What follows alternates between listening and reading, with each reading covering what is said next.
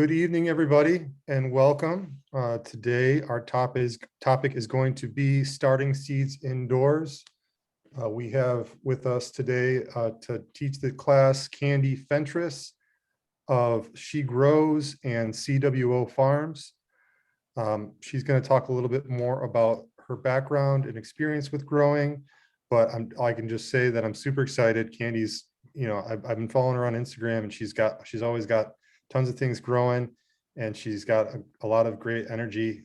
She's also, you might be familiar with her from the Grown in Detroit table. And I think she knows a lot of folks out there. So I'm sure a lot of friendly faces in the group today. So without further ado, if we could give a warm welcome to Candi, and I'll hand over the mic. Hello, everyone. Thank you so much. Hi. Good to see everybody and hear everybody. We're going to be talking about starting seeds indoors tonight. Basically, just to let you know that it's not hard. Anybody can do it. If you really want to do it, it definitely can be done. So we're going to get started. If there are any questions, just feel free to drop them in the chat, and Keto will, assist like that. And let's see.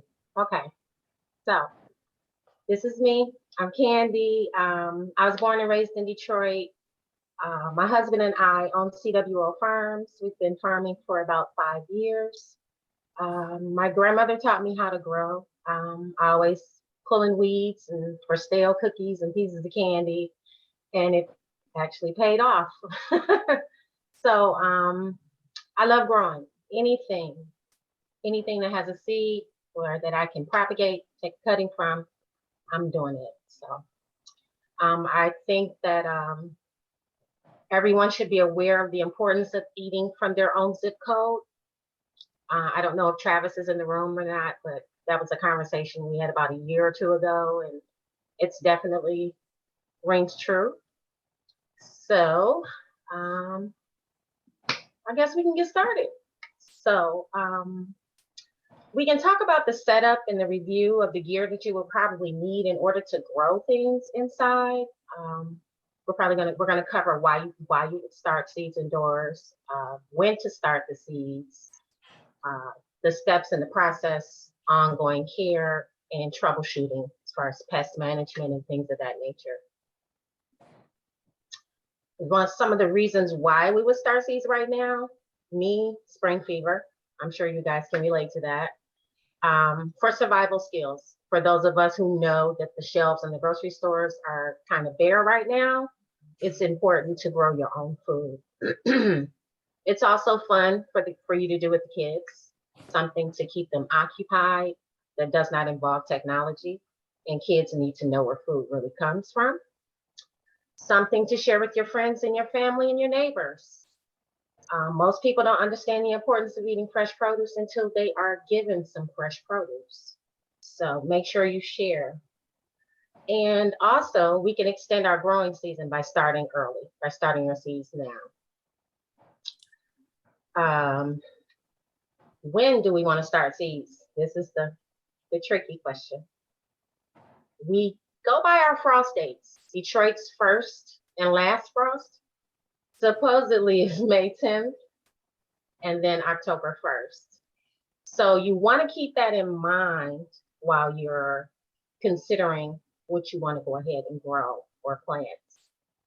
You don't want to plant too soon. Sometimes you can't plant too soon. I've done that a few times. The easiest way to know is to start planning your dates. How to plant is you go backward from your first frost date. Say like our frost date is May 10th.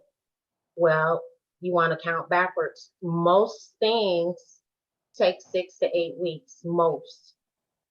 And you want to go back 6 to 8 weeks, technically like 2 months. So May 10th, that would mean April, then March. So you kind of wouldn't, if it's an 8-weeker, you're going to start in March. But you can kind of play with that depending on if you have a polytunnel or some covering that type of thing. And always, I have an issue with this. I never do it enough. And I said this year, I'm really going to put my foot down. Succession sowing, guys. I always sow, and I sow a lot. And I'm like, oh, I'm fine. No, I'm not. You have to keep sowing in order to keep having a crop coming in. It's really important. That's one of the things that I'm finding out the hard way. So, in reference, we do have Molly's planting spreadsheet. Is that a link you're going to drop, Keto? Or So if you want to stop, if you want to stop sharing, I could bring it up real quick. okay, cool. So now hold on, let me pull it up.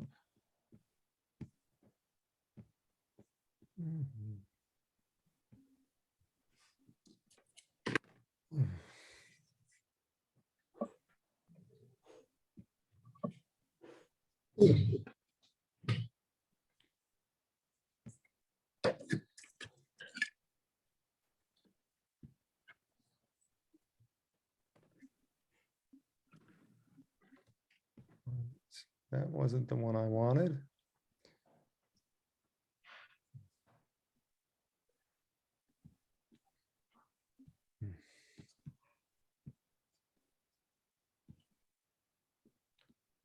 One more time.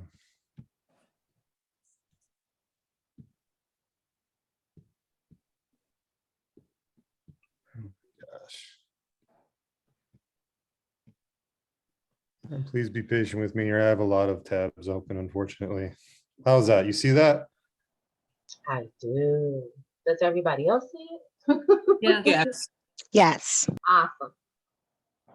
So this is Molly's spreadsheet. This is what she uses to track her produce.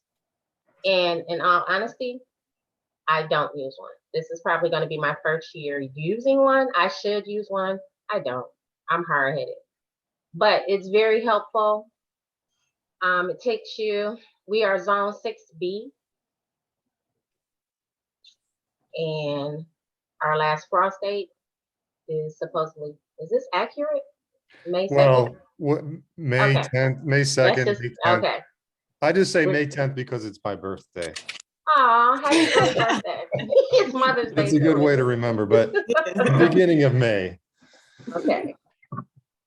So, so basically, the spreadsheet, you know, it kind of tells you the crop variety, which would be eggplant. This is, and there's just an example, guys. It's not, you know, for sure. And let's see, what is this name?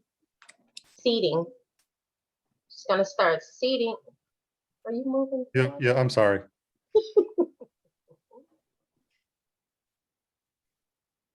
Right, so, yeah. You're Right. on. So the, you know, the S is for seeding, and we're gonna start seeding that. Okay, we're gonna switch that right there. What is this? March 12th? Yeah, basically, like we said, 8 weeks back. So if May 10th is gonna be our last frost date, we're gonna count back 8 weeks. That would take us to March 10th. So you would seed them then. And then like a week or two later, once they pop up good, you're gonna prick them out. But we'll get to that. It's just an example of what you can do. You can have a, you know, a spreadsheet which tells you what crop you have, when it was planted, when will it be ready for harvest, how many pounds of it are supposed to be available. So you can, you know, make a forecast for your restaurants, your customers, yourself, you know, so you can be like, okay, this is going to be ready to harvest soon. What can we plant right behind it, or are we going to plant some more? So just to give you an idea.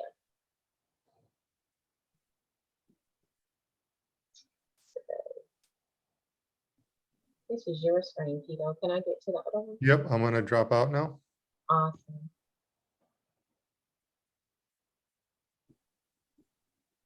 I see Hanifa. Okay. Do I have to put something? Y'all, I'm new to this, okay? Share screen in the middle at the Share bottom again. screen, okay.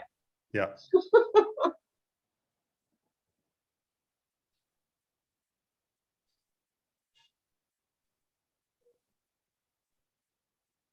Did it not do it? There we go. Okay. We still don't got it yet. Oh, there it is. There it is. Here we go. Finally.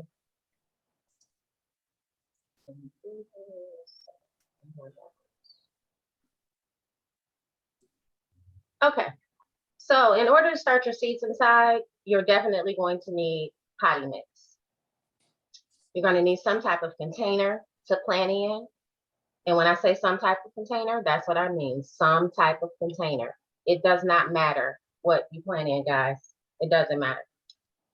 Toilet paper rolls. You can plant in anything. As long as you have the soil and the seed, you can do it. So just keep that in mind. A lot of people think you have to have the cute little setup, you know, but once again, this is an egg carton. You can plant in anything. So you're going to have your potting mix, your container that you're going to plant in, some lighting. You definitely need some lighting. If you are one of the fortunate people to have a south-facing window, use it. I don't have a completely south-facing window, but I make use of all my windows in my house. But a shop light will give you the brightness you need. Shop lights are $10, $15, not much at all. If you were in the first grow class, there was a link. I'm not sure if it's still available, but you could check with T. They were giving out grow lights for people who want to start growing indoors. So check with her. Hopefully there's some still available and you can use it. But I use LED lights. They're really affordable. When I first started growing, I did use fluorescent, and they did the job. But as you keep growing, you learn that better equipment will give you better yield. So I prefer the LEDs. Keto them suggest you get a blue or red wavelength for your lights, but honestly, a regular shop light would do it. You know, if you absolutely didn't have anything else. You also want to have a spray bottle or a watering can, something that you can water with. Something. What I use is a condiment jar. You know, that you put your mustard and ketchup in. I use that when I'm watering my seedlings when I initially, because you don't, like I said, you don't need a big gush of water. You just want something to give them a little drink. Let's see. Seeds. If you don't already have seeds, you're going to need seeds. You got to plant the seeds. In some instances, fertilizer may be necessary. I'm not really a person who promotes that initially, but if you use worm castings and fish emulsion, you should be fine. A heat mat, some form of heat. I take advantage of the fact that we have radiators, and I kind of line the top of my radiators with cardboard, and I put my planting tray on there. The only thing about that is you have to really watch it, because the radiator will definitely cook it if you don't pay attention to it. But the heat mats, if you can get one of those, that comes with the grow lights. Is T still in here? I don't think, unfortunately, we do not Okay. have any more kits. Well, like I said, if you But reach we out can to her definitely about the get grow. you the materials list from those kits. Or we'll, Okay. yeah. All right. So, like I said, take advantage of the radiator. Any room in your house that is always, for some reason, warm is awesome. Fiberglass insulation. I use the top of my refrigerator. It's warm, you know, it works. And also a timer. If you're a person that feels you need a timer, I don't use a timer. I just don't. Usually I try to give my seedlings, I don't know, maybe 12 hours a day. It's light. So usually when I get up, I cut them on. When I go to bed, I cut them off, or vice versa. Let's see. Budget-friendly seed setup. Once again, we were talking about containers to plant in. This is a perfect example. You can plant in anything: milk cartons, yogurt containers, even paper pots. Yeah, I was bored one day. I started making paper pots.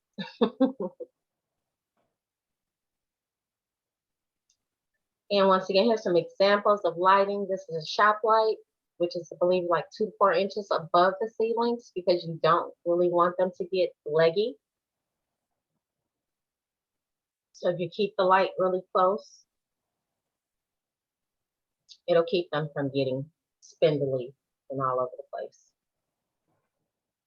And this is the timer, if you wanted to use the timer. The potting mix. Personally, I've grown in everything.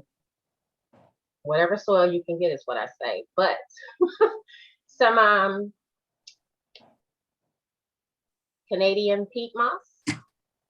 Is this what you're recommending, Keto? Is this what you guys use? Oh, this is just what's in the sunshine mix. Okay, that's in the sun. Oh, this is what's in the sunshine mix. Okay. Yeah. So any, seed starting mix, you have to be careful because a lot of seed starting mixes, they want to put extra in it. Moisture control for 6 months. You have to really read what you're using unless you have compost available to you.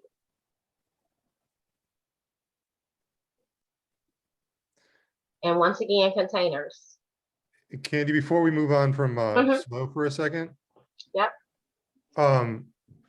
Could you talk about the materials that you would what you would not recommend using for potting soil? I mean, there's lots of options out there, but things to avoid. I guess you were, kind of alluding to it a little bit, but just like I would say, for instance, you can't really use garden soil as a potting mix. No, you can't. It would be extremely too heavy. So I do a 50-50 mix. I do a cocoa and a compost mix. Okay. I have cocoa, okay. cocoa core, Okay. So go ahead. Coconut core. I'm gonna put that in the chat. Yeah. So I use coconut core and compost, and if that works for me, it drains pretty good. I don't have to worry about it being too heavy. And if it is, sometime I'll add more perlite into it, but it does, you don't have to get Miracle Grow or anything like that. You just need some seed starting. It'll say on the bag, when you go to get it, for those of us who are going to the store to get soil, it'll say seed starting mix. And you actually can feel the difference in the weight when you pick it up versus a pack of potting soil. Because your seeds need good drainage. They need to be able to breathe, so to speak. There's a quick question. Do you do anything special to the compost or use a certain type of compost? I don't do anything special. Well, let me take that back. A lot of times, if I'm getting soil from the store, well, I'm not going to say, especially from the store, soil from a source that I'm not aware of, I usually sterilize my soil first. And it's a simple process. When you're getting soil, you don't know where it's coming from. So you don't know what bug they might have had. I just boil some hot water on the stove. And when I moisten my soil, that's what I moisten it with, the hot water, so that it'll kill whatever is in there that should not be in there. So that's about the only special treatment I guess I could say I do, because, by me going indoors, I don't want gnats. If I don't have to have it, that's why I make sure I don't overwater, things like that. I hope I answered the question. Yeah, I think that's good. Maybe the only thing I would maybe add to that is, if depending on the quality of the compost, if it's really chunky, to maybe break it up, definitely, to filter it. So using you could use a milk crate or something to like kind of, or with some metal lath or metal chicken wire in the bottom of it to make smaller holes to kind of Right. shake it out, or you're just looking to screen it. So you're looking for like 1/4 inch, 1/2 inch holes with a screen to help getting the smaller particles. Then that's a little bit easier for the seeds to navigate. Yep, And then one more question. Do you recommend soilless potting mix? that's fine. If that's what you choose, it'll work. Hmm. I think that's essentially what these are, right? Like they don't have, they're just. Right, peat. it's not true, right, it's not really true soil. So, because you can grow in perlite, vermiculite. I mean, Right, it's a whole nother class, but you could do it. So, right. yes, you can do a soilless mix. Yes. Okay, great. Okay, we're doing good.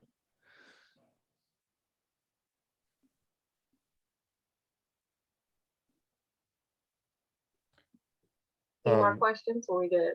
We're good for now. Yep. Okay, awesome. So, just to reiterate,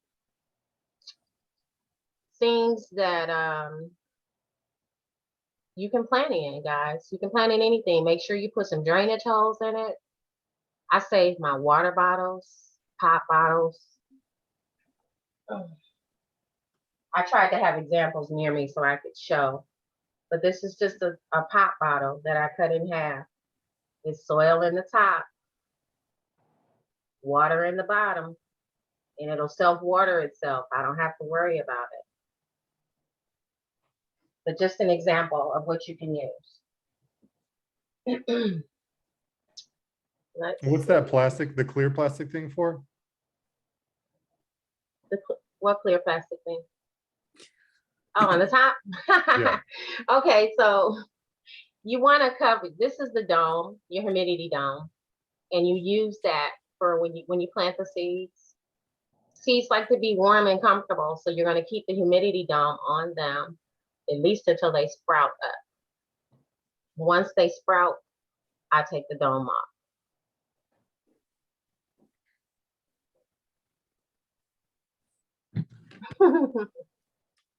And once again, you can plant in tissue paper holders, pop bottles, your juice bottles, and solo cups are excellent.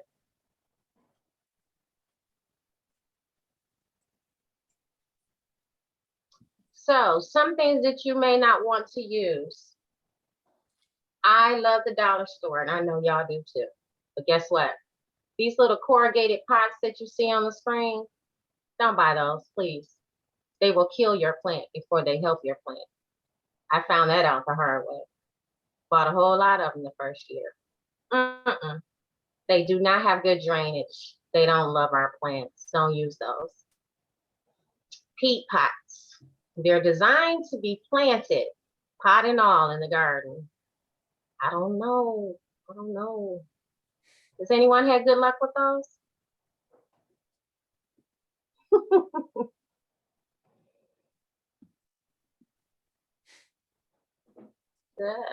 They don't break down well. They don't. Yeah, they don't break down well. I found that out last year. Okay. Yeah. They So have to be wet to break down at all. So if there's any dry part, anything sticking out of the ground, it won't break down. okay. Now, for those of us that are interested in fertilizer for your plants after they germinate, your options would be blood meal, which is high in nitrogen. It's key for the formation of your amino acids, coenzymes, and the chlorophyll. Brown rock. I've never used brown rock. That's interesting. I think it's also called rock phosphate. Okay, because I have rock phosphate. I'm wondering. Okay, so it's high in phosphate, guys. It's key for plants to flower and bear fruit and for the root growth. And then you have green potash as an option as well. It's good for the potassium, key for hardiness and making sugar and starch in the plant.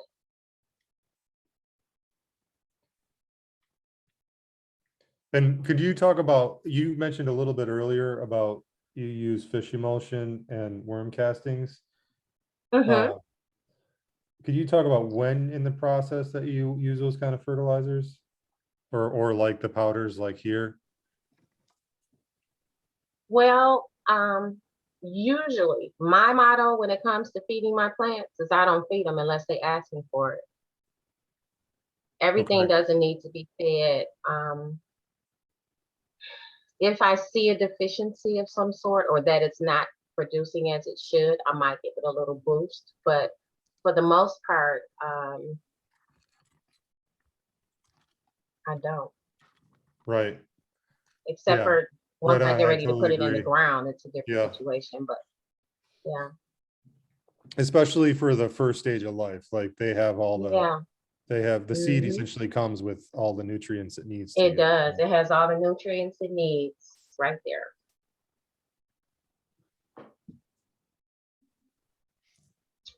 So,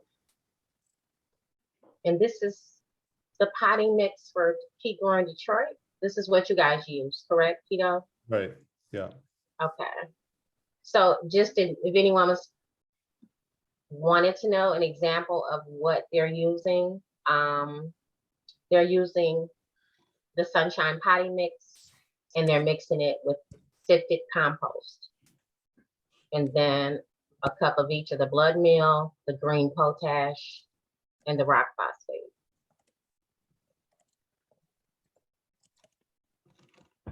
And organic fertilizer alternatives are everywhere. One that you're not going to use right away, but if you have comfrey in your garden, you should have comfrey. If you don't, you need to put some comfrey in your garden. But that's another organic way of feeding your plants once they're growing, actively growing in the garden. So, yeah, let's see. Let's move on. And a fan. A fan is gonna be your friend. First of all, to keep you cool. I always have a fan going on. Window open too. But no, seriously, airflow makes a very big difference when it comes to your plants. It it strengthens up the stems. So the plants, the stems will get thicker, they'll get stronger, and they'll grow versus not having any air at all. It's stagnant. It optionally gives you the chance to have, pests, bugs. The fan is another way to keep them away as well. But it doesn't have to be a harsh wind, just a little small oscillating fan near your grow area. And or if you have a window like I do that I keep open and I know it's air coming in it, then I know we're fine. But definitely some air. It doesn't have to be blowing directly on them. It can be like overhead them, but make sure they're getting a little of that breeze because you'll notice a difference if you take a plant and grow it in another room away from that fan versus the one that was growing in the fan. You'll see the difference in the thickness of the stem. The fan makes a difference. It's like, I think of it as aerobics for them. Like when you put your plants in the window and they Nice. lean to the left, I turn that plant around so it can lean back, so it's, getting her a little workout. Yeah. That's awesome. It's totally true. So, good crops not to start inside. Am I missing something? Okay. So generally, we're going to start seeds indoors for the following reasons. Usually it's because it's a long season crop. Most of the time, when you look at your seed patch, you want to look at how many days something's going to take. Like, I love artichokes. Well, most artichokes take 120 days. Our growth season is maybe 120 days, maybe, and that's pushing it. So what does that mean I'm gonna have to do? Start them early. So the 120-day crops. Then I have some that might be 90-day crops. You want to go ahead and get those started a little earlier so they'll be ready to go in when it's time with everything else. Let's see. Now, crops that are long season and do not like temps below 60 degrees would be tomatoes. They like it warm. So if you can, keep it nice and cozy for them. Let's see. Some crops don't perform well if you start them indoors. One of those, couple of those, I found out. Carrots. It was interesting. I still ate them, but no, don't start carrots indoors. You want to start those outside. Beets, radishes, turnips, and parsnips, they need to be outside. They're root crops. Most root crops want to get started in the soil if possible. Melons, squashes, and cucumbers you can start indoors, but you got to transplant them out when they're young before their roots get really fully developed. They do work better direct seeded though. Just keep that in mind. But they do work better. They do work as transplants, don't get me wrong. So I've done both.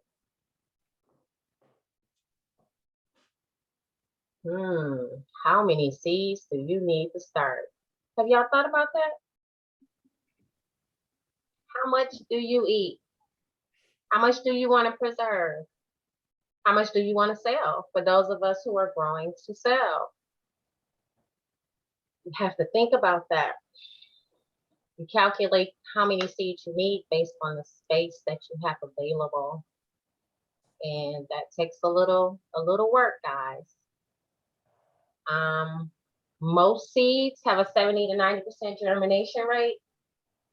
While we're talking about this, I think it's really funny because, you know, I love butterfly peas, the butterfly blue pea.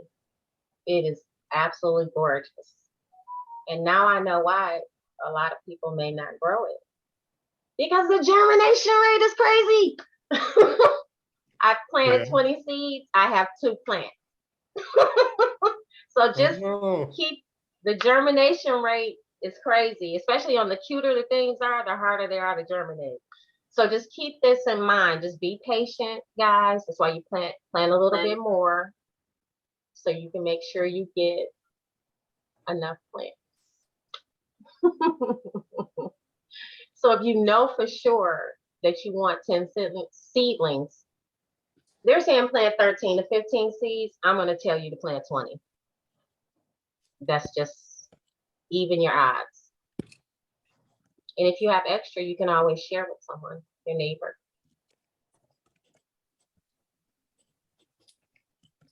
So, what does a seed need to germinate? Moisture and warmth.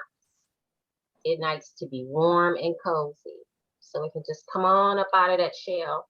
So you can't stick it in the windowsill where it's 22 degrees. That's not going to work.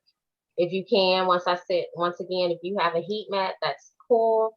If not, the top of your refrigerator works very well. My kitchen is always warm. So if you have a room that's always warm, put them in there. Once the seeds are popped up, remember, take them off the mat. You don't want to cook them.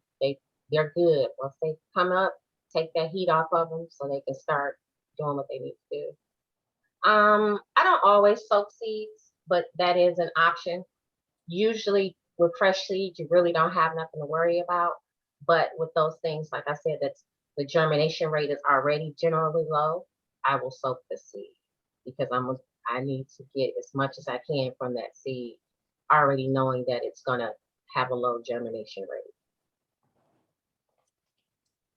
And let's see, sowing your seeds, depth and spacing, guys.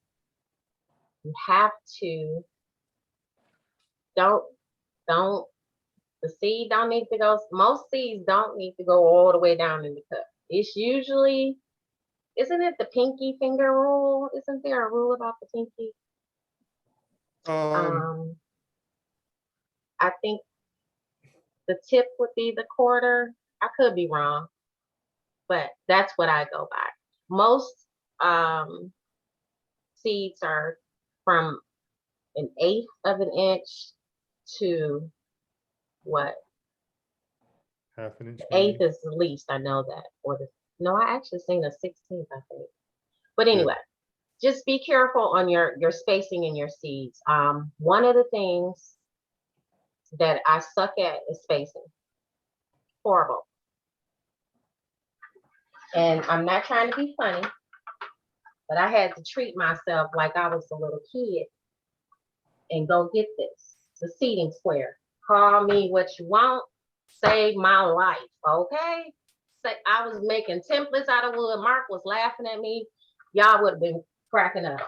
But your spacing is everything. If you can get a handle on that spacing, the square foot garden method to me is plain and simple. It makes life so much easier. All I know is I got 12 squares and I know how many can go in each square. Boom, drop them seeds in. So you can always download a square foot planting guide online. They have them everywhere. It'll tell you 4 Swiss chard plants in 1 square. Maybe. I'm just giving you an example. 1 collard plant is 1 square. But just to say, if you only have a 4x8 bed, that's 16 squares. You know how much stuff you can put in 16 squares? Seriously. Right. So make the most of your space. And if you need some help, ask.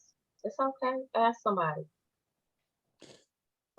Before we go too much further, I want to capture this question. Back when we were talking, I think it was when we were talking about the fertilizer. Mm-hmm. And you mentioned Comfrey. Yes. Can you talk about what you use the Comfrey for? Okay. Why? What I use Comfrey for? You're really putting me on the spot. You don't know.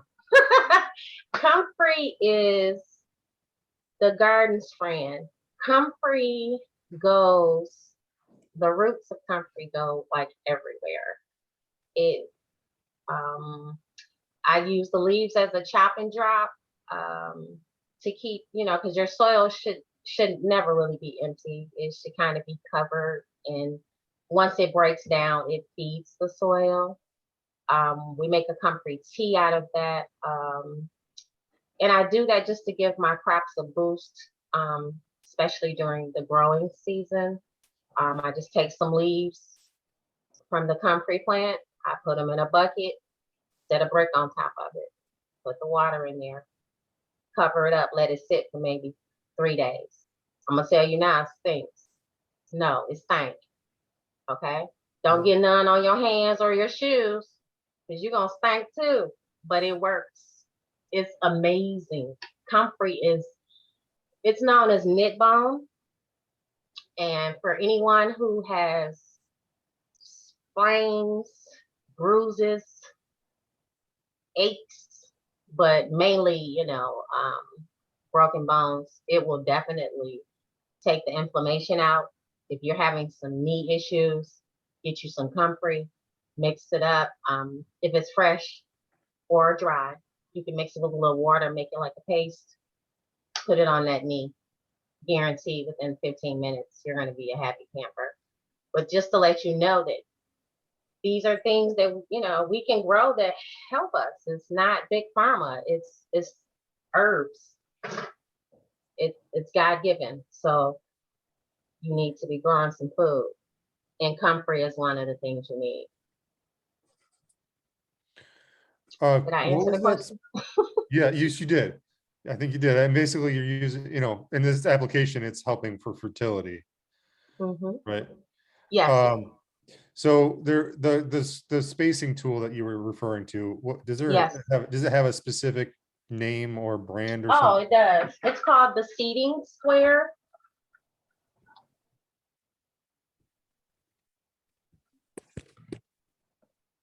And I get it off of Amazon, but I follow her on Instagram. She's on Instagram, so you can check her out. But it's really amazing. I'm telling you, it's amazing. Okay, great. Every first time garden, well, no, I shouldn't even say every first time. Every gardener needs one. Because you really don't realize how much space you're not using until you have something that shows you the spacing. So, ideal germination times, like we said, should be about 70 degrees. So, well, that's ideal germination temperature. I don't test the temperature of my soil. I don't think it's that serious. As long as I give them some love and a little water and some sun, they're gonna produce. So, Yeah, yeah. um, I would say that if you really want, if you're not sure, you can just use a regular kitchen thermometer, mhm. and that'll help you just to get in the ballpark. Okay. So we're gonna talk about pricking and planting out. The next, let's see here.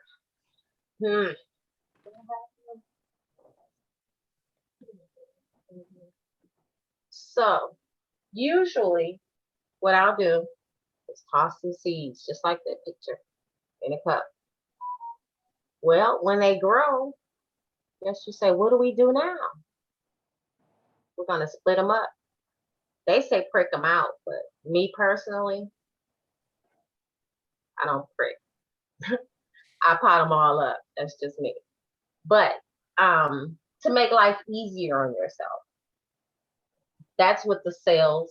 It makes it easier to do it in sales. That way, it won't be as many.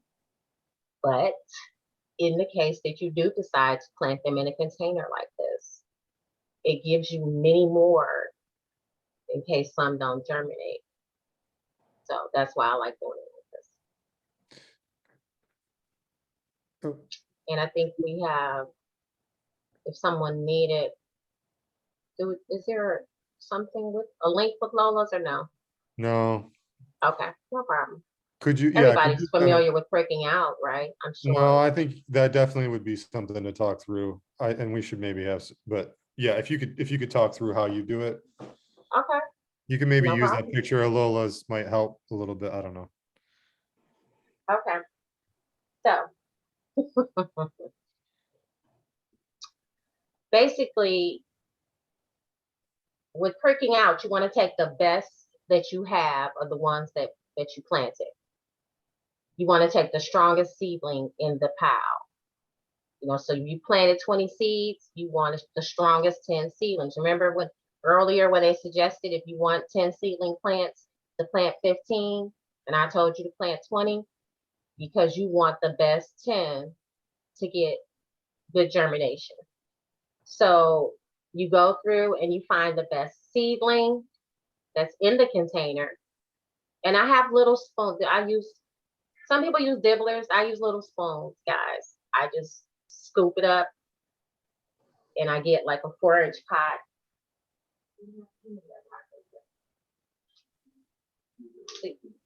They started in this. I know she got a great show. And then I potted it up into a 4-inch pot. I took the best seedling, the strongest looking one, out of here, and potted it up. So now it has its own space, and it can wait the weeks that you have until it's time to go out. It's going to have enough room. At least this particular plant will. All of them won't. Some you will have to pot up again. Just keep that in mind. But we're going to choose the strongest seedling, and we're going to transfer it into its own situation, which will be a 4-inch pot. Did that help? Yeah. So Hanifa's saying she uses chopsticks. Hanifa Chopsticks? Hanifa Rahman saying that she Okay. uses chopsticks and she learned that from working at Earthworks. But Awesome. That's a good idea. Thank you for sharing. and just I guess to note that, oh, that's nice. That's perfect. Like that you can handle these. Basically, you're trying to take them down to the roots, right? Like Yes. you're like kind of taking them out of the soil and loosening them up, like I mean, separating them out. ideally, it would be me personally, I kind of pour it out the container and just like gently Right. pull it apart and then Right. do my thing. You know, it just Right. depends on what's going on. Right. But So yeah. can you talk about, so now you got some loose plants, you just dumped out your pot, like you're saying, and you loosen it Mhm. up. And then like, how, do you have like kind of a method for holding And the then plant? what I do is I put some soil in the 4-inch pot first. I Uh-huh. usually, I'll fill this pot first halfway with pre-moistened soil. And then I press the soil up against the sides of the pot. You know, I make a circle in the pot because usually I want to take this seedling and I want to put her all the way down in here. You don't want her to be wiggly wobbly, you know, like leggy. You don't want her to do that. I was looking to see if I had something leggy to show you, but you want her to have you know, the soil is going to support the growth. So you want to put the plant down as deep as possible.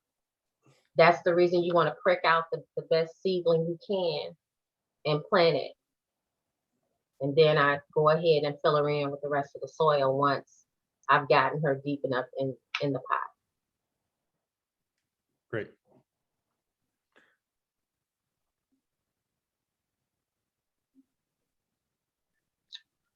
So was that any more questions about that, or are we on the same page? Yep. Everybody good? I think we're doing good. Yes. Yep. Okay. Now comes the fun part. Water. Water can be your friend, and then it cannot be your friend if you use too much. One thing about growing a garden, guys, if you don't have kids, if you're growing a garden, now you have kids. Okay? Treat your garden, your garden is your kid now, because you have to check it every day. You have to be hands-on. You have to water, just like you drink water every day. Your plants want some water. Now, I'm not saying a whole lot of water, but some water. So check your plants daily. Definitely anticipate being able to give them a little drink. It just depends. Sometimes it's every day, sometimes it's every other day. It just depends on the atmosphere, the temp in the room, what you're growing. It depends. You don't always want the soil to be wet. Keep that in mind. You just want it to be moist. You want to let it dry out between waterings, because if it stays wet, you could possibly get root rot. Then you get them little stupid gnats and stuff. You don't want that. Mm-mm. So that's why I use the little condiment. Mark, I was trying to bring my condiment jar. Anyway, so that's why I use something little to water with, especially when there's little cases right here. The best method when it comes to watering is from below, honestly. Now, when they first start out, of course, you're going to have to help them along. But once they get up, you want to water from below, because that's how you end up with unnecessary friends. If the top of the soil is wet, then the gnats have somewhere to hang out. You know, if you can help it, you don't want that. So always remember to water around your edges a little bit more. The edges tend to dry out quicker. And plants need air. Once again, this comes back to our fan. Make sure you have some air circulation. They need air. So that's why it's important to let it dry out between waterings, so that they can get the oxygen that the roots need. I got a question for you. Yes.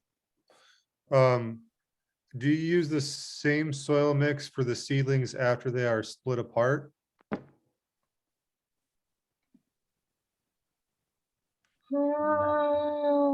Yes, I do. Mm-hmm. I think at Keep Growing Detroit, I think Akello uses just basically the baseline potting mix without much, with maybe a little bit of compost in it for the germination period. And then when he pricks out, he does that formula that we shared earlier with the fertilizer in it. Okay. I use the same potting mix because basically at the end of the day, for me, it's all coming down to compost. So once I transfer them out of the 4-inch pot, they're going into the same mix, the 50-50. I'm still doing a 50-50. So it's the same soil basically.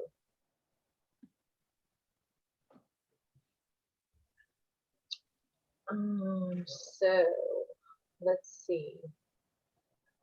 Temperature. When the babies are growing, 65 to 75 should be really good as far as the temperature in the room. You can look at the plants and tell if they're suffering from signs of heat damage. Like sometimes I have a bad habit. I like to give my plants a foliar spray, and then sometimes I'll forget and I'll cut my grow lights on, and then you'll see spots on the leaves is where the water has burned on the plant because I didn't wait and let the foliar dry before I put it in bright light. So that's almost like when you're watering your leaves in the sun and they get burned. So you just have to remember to don't be like me. Don't give them a foliar spray and then cut the light on. If you give them a foliar spray, you have to give them time to dry out. So that's why the fan is important as well, because that'll help if you are doing a foliar. Sunlight. How much sunlight should plants get, or grow lights? Once again, I use at least 12 hours. Sometimes 18-6, it just depends on what I'm doing, but for the most part, it's a 12 situation. And you can use a timer if you need to use a timer. Usually I just set my alarm on my phone to remind me to cut the lights on or off in the grow room.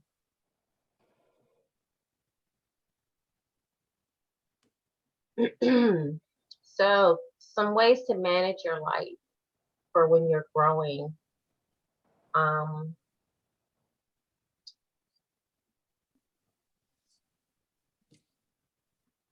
It would really depend. The T5s is really, just cut them on. LED, like I said, is more affordable.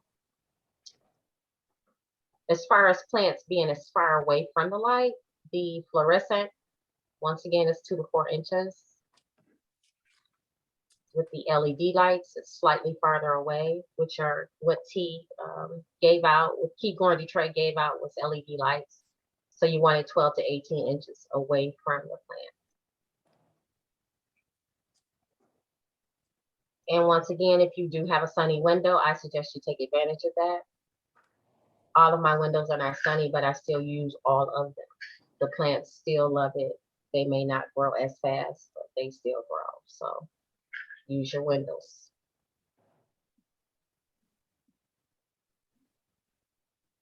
All right. So possible diseases. Damping off. That happens. And it comes from, that's overwatering, isn't it, Keto? It doesn't happen to me too much. Right. Yeah. I mean, I think it's a fungal thing. So it's as a result of overwatering, yeah.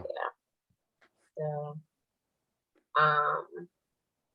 pests to look out for would be your aphids, which everybody, I believe, knows about those if they've grown some kale. Aphids, fungus gnats, and spider mites. One thing I can tell you is once you've had spider mites, you won't ever want them again. I've had them one time. I'll never have them again. But it was a lesson, I'm glad I learned it early on in growing, but it was horrible. I was trying to figure out why was it webs on my plant? What's going on? It was bugs. It was my environment was too inducive to them. It was warm, it was cozy, it was wet. Your environment needs to be warm, more closer to the dry side, and definitely you want to have some airflow. So What, Wanna what make- did you, what did you end up doing in that situation to alleviate the spider? Well, initially I tried to clear it up as best I could. I started with insecticidal soap, and then once I realized that the plant was pretty much almost done anyway, I just pulled it early. I pulled it early, and then I cleaned my grow space. Once you have some spider mites of that nature, you want to clean your space, clean your area once you get rid of it. But insecticidal soap worked for me. I use neem oil as well. And then once that's, like I said, I haven't had that issue since, thank God, because it was horrible. All the hard work you put into something and then come in there and see a bug just chilling. So yeah. So once again, the key is managing disease. Once again, like I said, if you start with sterile soil, you don't have to worry about any extras. That's with the hot water, but make sure you start with good soil too, if you can. Keep good airflow. You don't drown your plants when you water them. Just the thing is, before you water your plant, the easiest way to see if it needs water, pick it up. If you pick it up and it's light, it needs some water. But if you pick it, water, my example would be just to water one plant and not the other. And then you will see the difference in the weight. But if you put yourself on a little schedule, if you're in your garden every day, if you're hands on, you know when your plants need water. Before we move All on right. from pests for a second, Mhm. so there's a question about diatomaceous earth. Have you Okay. used that for any in the indoor setting? And the question is it safe at the seedling stage?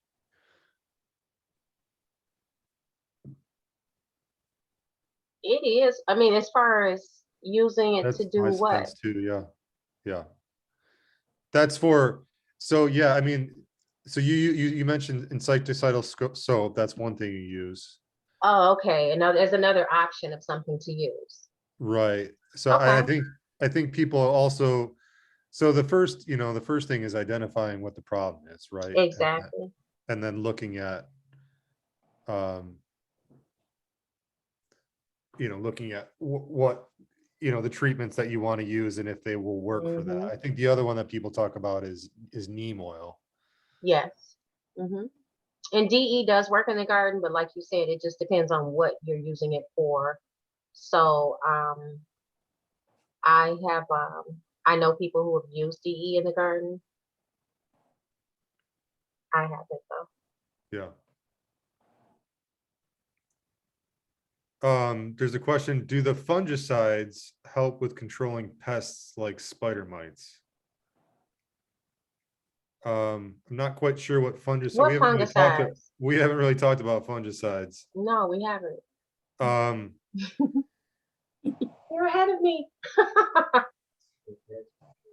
so I mean, fungicides are for fungus. Oh, like BT. But BT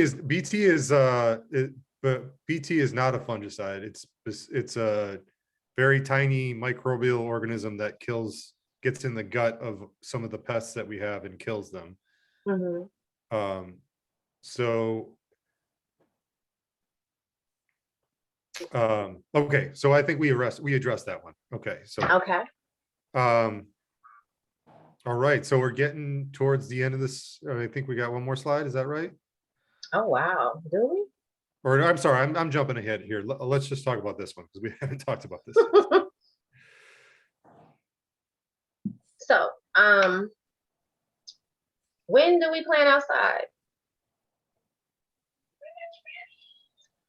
So usually the ideal size, guys, is 2 to 3 true leaves on a plant. Can you, do you have any examples? Maybe not yet. Looking now.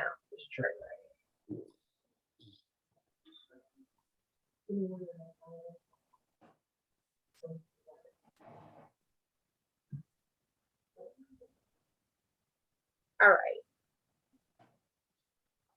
These are Cali Wonders. There are 2 to 3 true leaves on here. See those? Yep, great. Yeah, and then the not true leaves are the ones that pop out first, right? Exactly. Those are the Quaitland.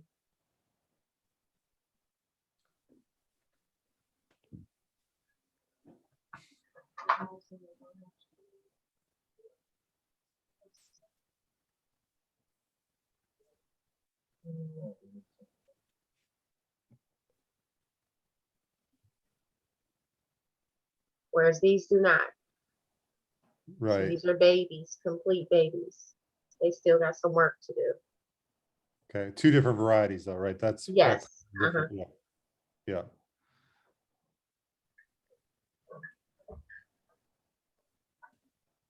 Another thing you need to consider is if it's cold hardy or it's a hot plant, guys.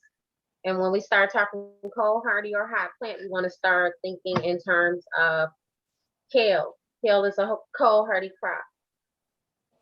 Tomato is a hot plant. It likes it warm. Anything that'll pretty much grow in the cold air is a cold crop. Pretty much you look at it like that.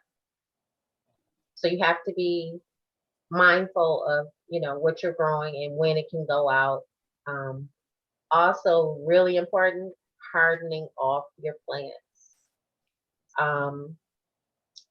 An easy way to do that, and sometimes what I do is I'll crack a window and I'll set one of my trays that I know are going to go out soon.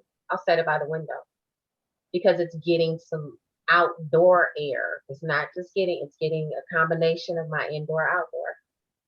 Also, my hallways tend to be a little chilly in my building. I use that to harden off as well. But you only want to give them the outside for like a couple of hours a day to harden them off. You want to get them strong enough to be like, ooh, that's cold. But if you bring them back in, they'll be like, ooh. And then you take them back out next day. And eventually they build up that resistance to the weather that they're about to go out into.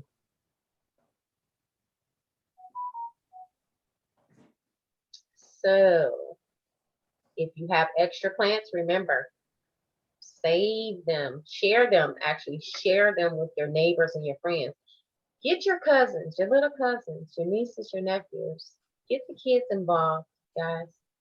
Kids need to know the food doesn't come from McDonald's or Taco Bell. And believe it or not, a lot of kids want to cook. Their parents just don't.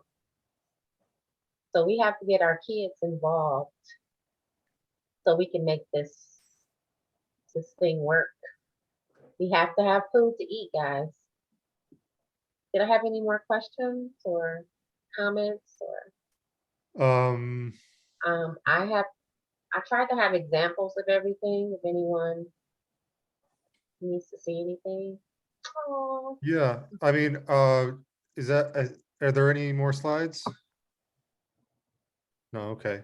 So if you want to come off of the slides and we can open it up, people can come off mute and we can just open it up to be more of a conversation. Sounds good. So everybody, you're welcome we're just kind of through the meat of the presentation today. And so now it's more troubleshooting any questions you might have. So feel free to either come off mute, or if you want to just drop some questions in the chat, you can do that as well.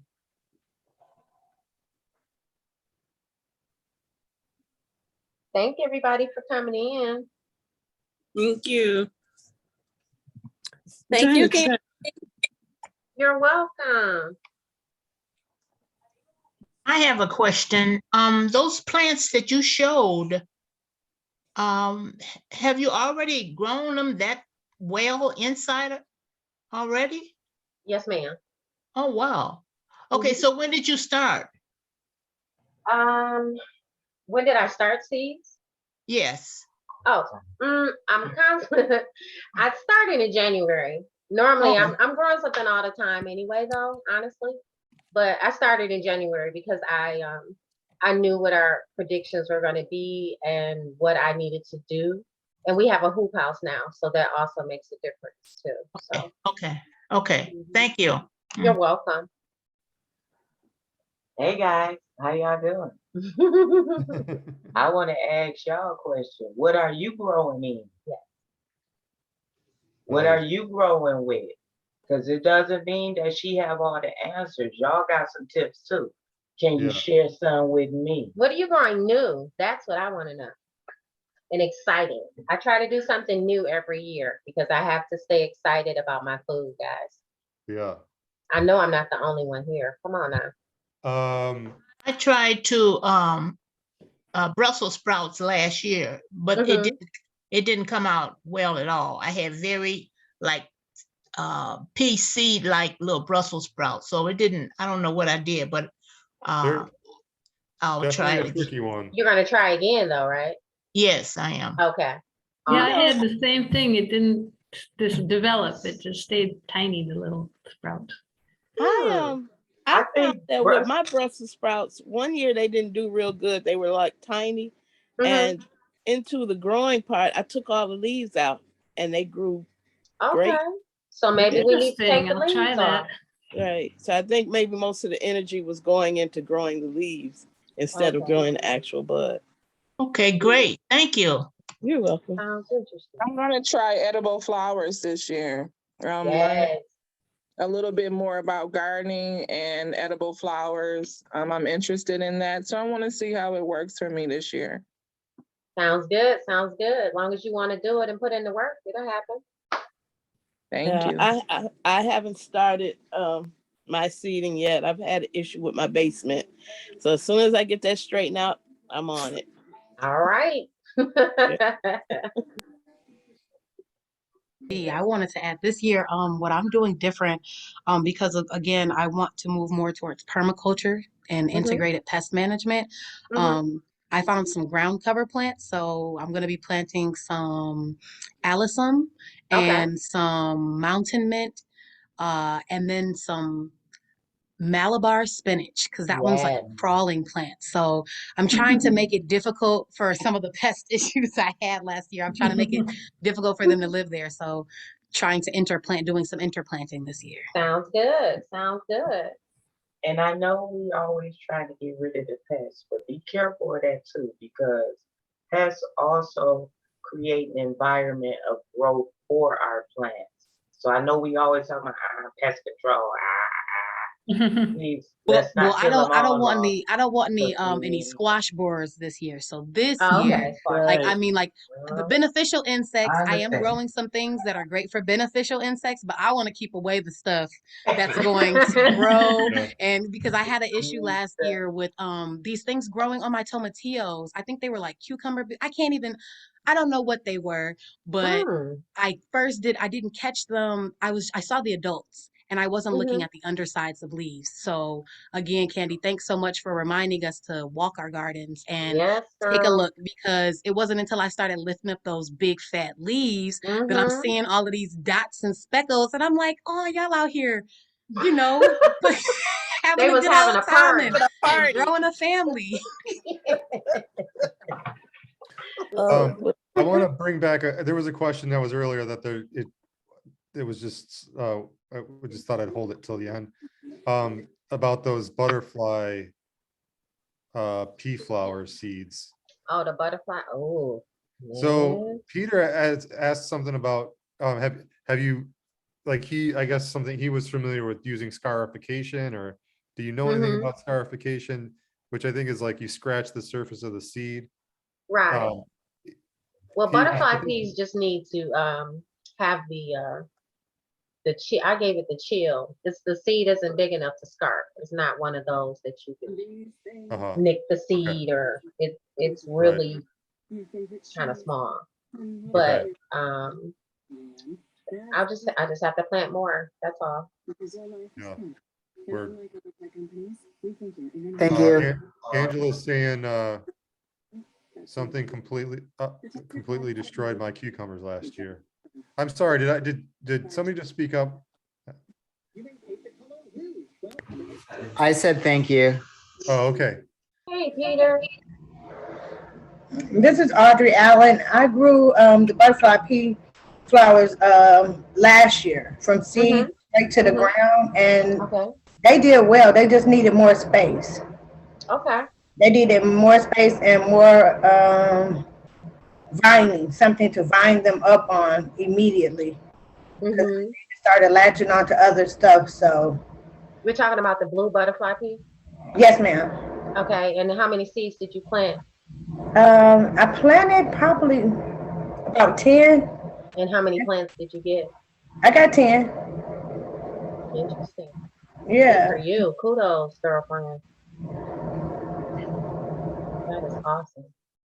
It's so pretty. Okay. So did you make some tea? Audrey, did you make tea with it? Yes, it makes a beautiful tea. And it's very medicinal as far as for your immune system, for your skin, for your hair. And it mixes well with a lot of other teas too. And it's great. They use it for vodka. So they have a vodka that's just, they grow that flower just for that blue vodka. Okay. So the name of that plant is a blue butterfly pea. I'll be right back. Yeah, I'm gonna get the package. Show it to you. I'm sorry. She's going to get the package so you can. Oh, okay. Thanks. Yes, it's called butterfly pea flower, or you can just, just ask for the seed. And once you put that in, it'll come up for you.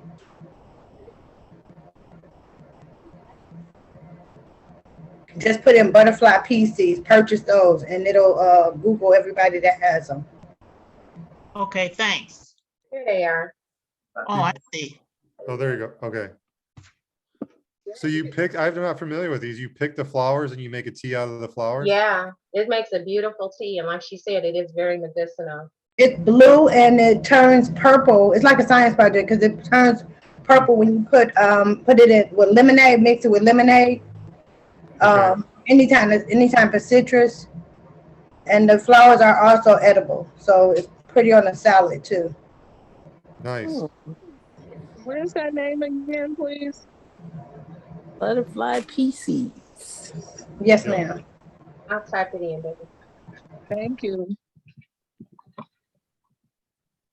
Andy, I've also heard of isn't there some type of like globe? I don't know, am I thinking it might be, what is it, clover? There's some other plant that most people think of as a weed, but you can harvest the flower bells and you can put those in tea as well. And I know that it turns like there are so many doggone red clover. Right.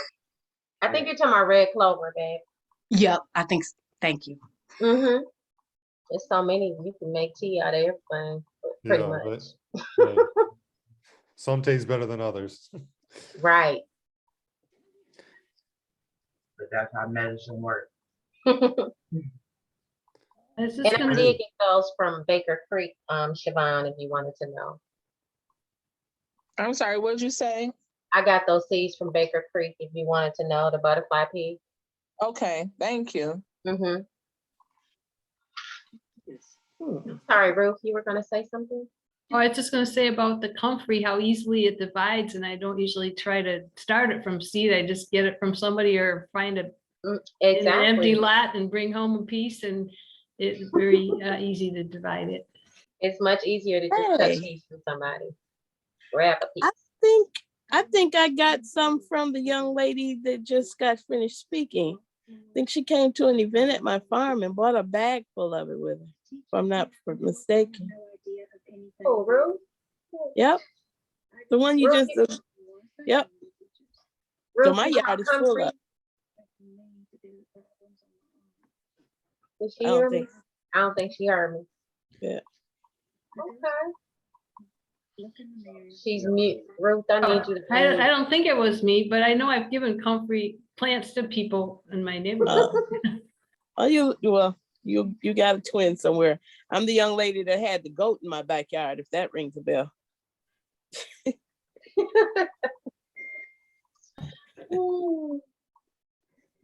Okay, well, are there any more questions for Candi?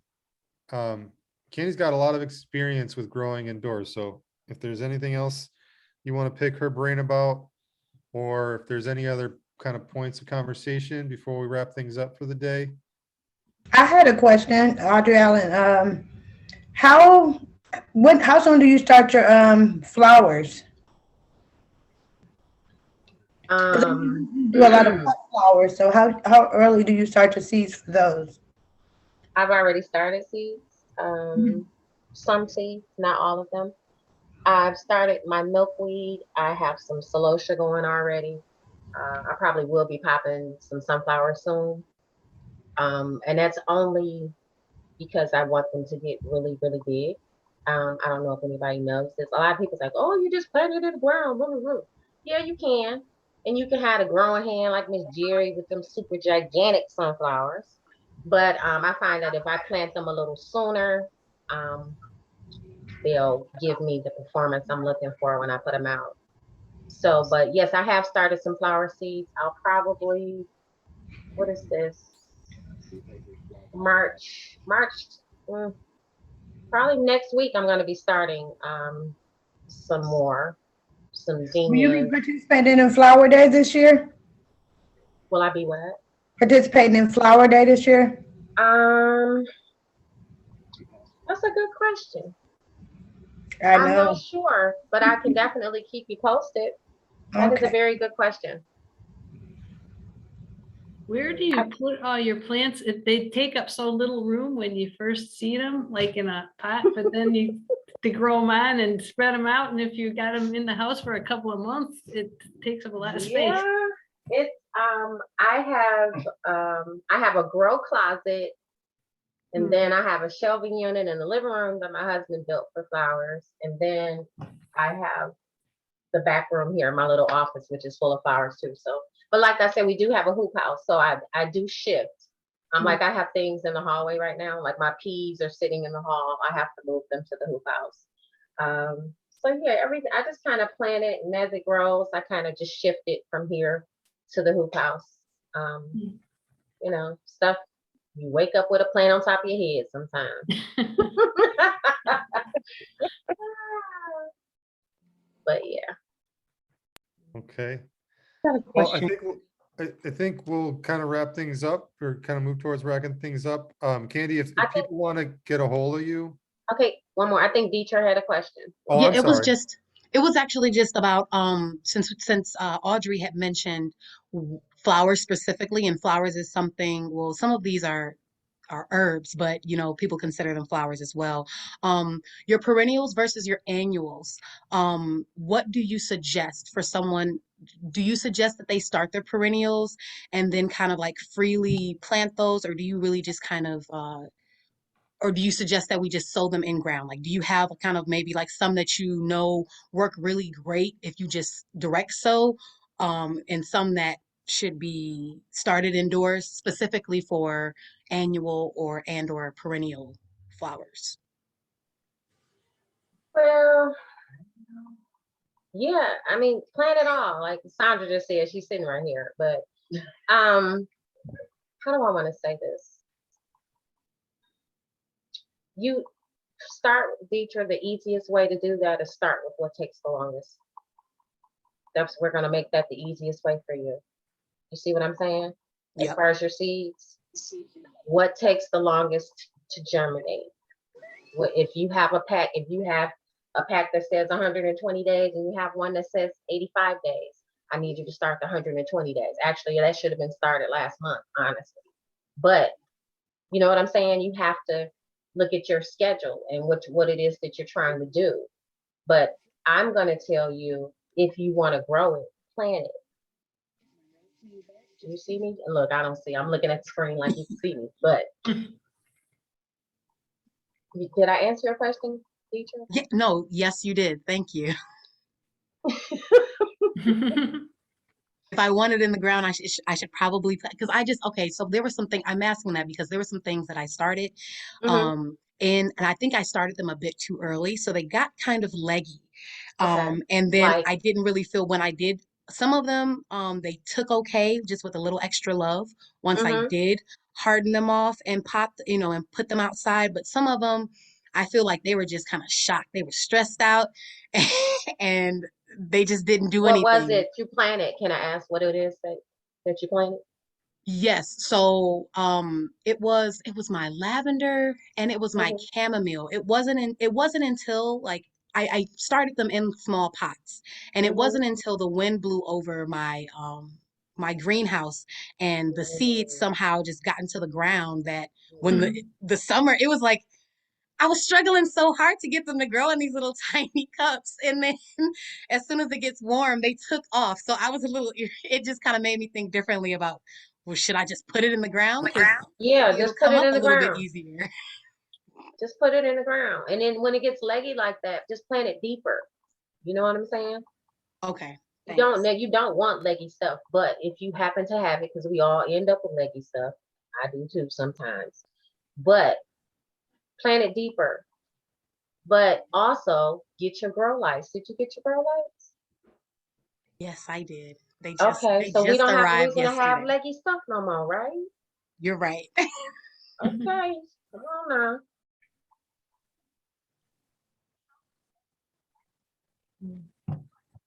Okay, somebody. Thank you. You're Thank you. welcome. That was great. Yeah. Thank you. This was great. I'm gonna use boiling water on my compost. I think that's why my stuff is done poorly when I've used that kind of a mix, is because there's still fungus and stuff in there. And if I let it dry out first, and then moisten it with boiling water, I think that might make a big difference for me. So thanks.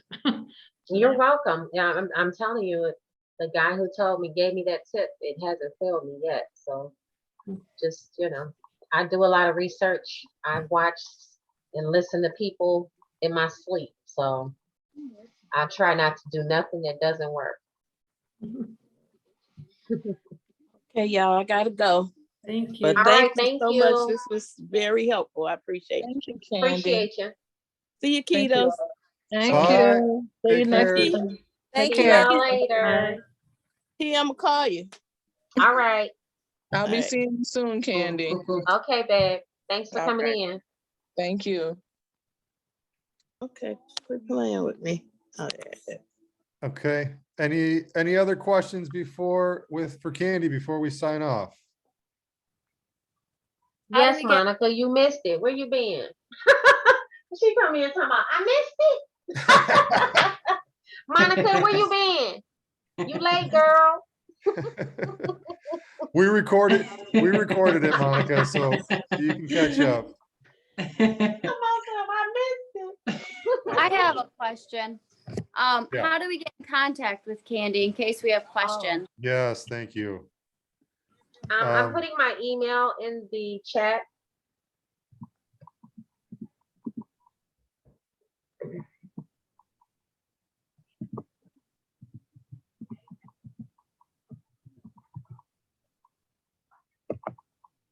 What was the boiling water tip? I left out for 2 seconds.